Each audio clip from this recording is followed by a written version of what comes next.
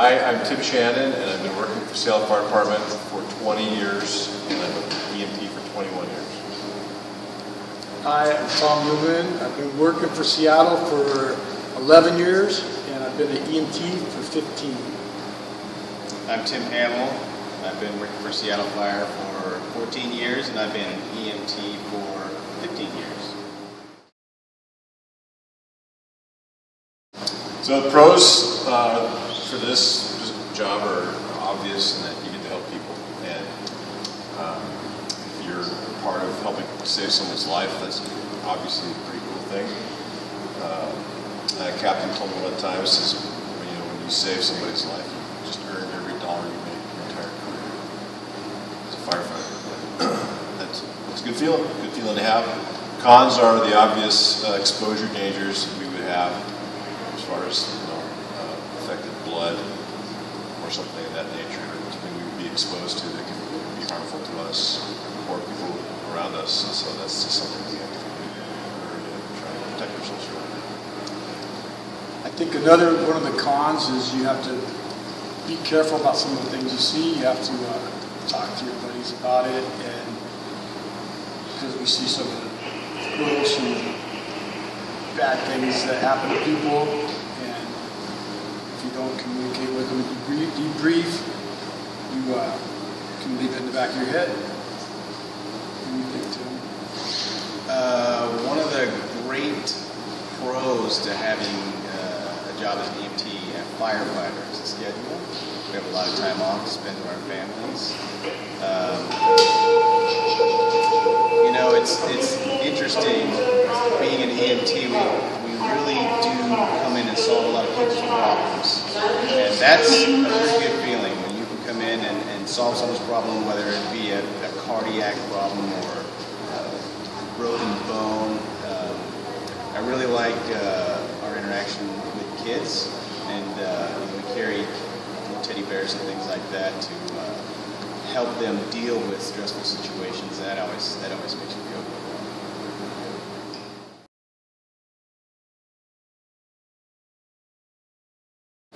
I had kind of an intensive EMT course when I was a resident of Kingston. They put us through the City of Tacoma's Academy, and we got our EMTs in like 2 weeks. So it was 9-hour days. For me, to get my EMT, I started volunteering at Mason County Fire District 2, and I was a volunteer firefighter until they sent me through EMT school, and it took 3 months, and it was 2 nights a week and all day on Saturday for 3 months. And I got my test, did my test, and got my card.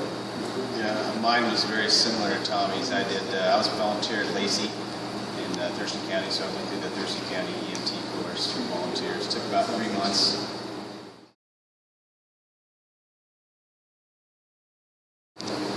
My advice for anybody that's considering being an EMT is to make sure you know exactly what you're getting into, and you have to be aware of what potentially you can see, and you have to really feel like this is something that you want to do. You've got to be happy to help people when they're at their possibly the worst time of their life, and everything to go along with that. And you just got to be willing to give a part of yourself to make somebody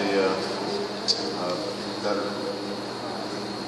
I think it'd be a good idea for anybody interested to be an EMT is to ride along on an ambulance from at a fire station or volunteer at a hospital. Just make sure that it's something that they like to do. My advice for anyone that wants to be an EMT is study hard. Just go for it. Even if you don't get a job working in the field, you just made yourself a better person, better able to deal with any emergency situations that come up in your life.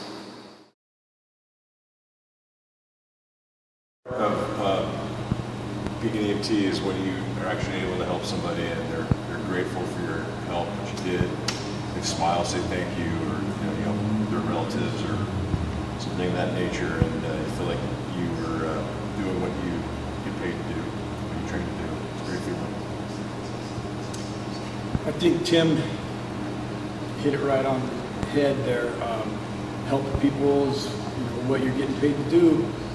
It's also good to solve problems with your buddy. It's nice. Every time I go to work, I wake up before my alarm every shift. So looking forward to helping people. I think it gives you a really good feeling when you have a profound impact on somebody's life in a positive manner. When you go in and save somebody's dad, or you can help some little kid with a broken arm, something like that. It just gives you a good feeling deep down inside.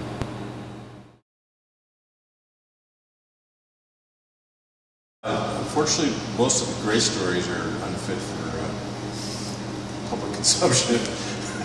But I think the first time as part of pulling somebody out of the fire and giving them CPR and saving them, that was great. And then the other one that I always remember was the first time we were able to save a dog that was dead in a fire with oxygen. And I remember laying there and medicated, and we were putting oxygen in his mouth.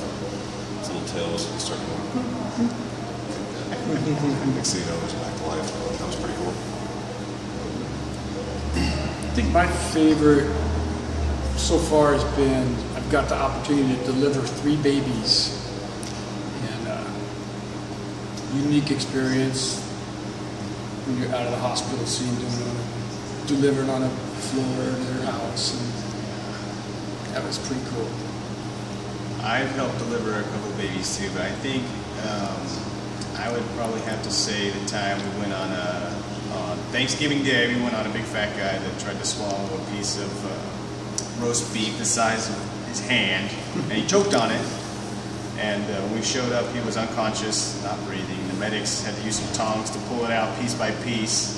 And then he showed up at the station about 2 weeks later and said, "Remember me?" And I said, "I don't know, lay down and go like this." I didn't actually say that. Okay. Thank you guys so much. You bet.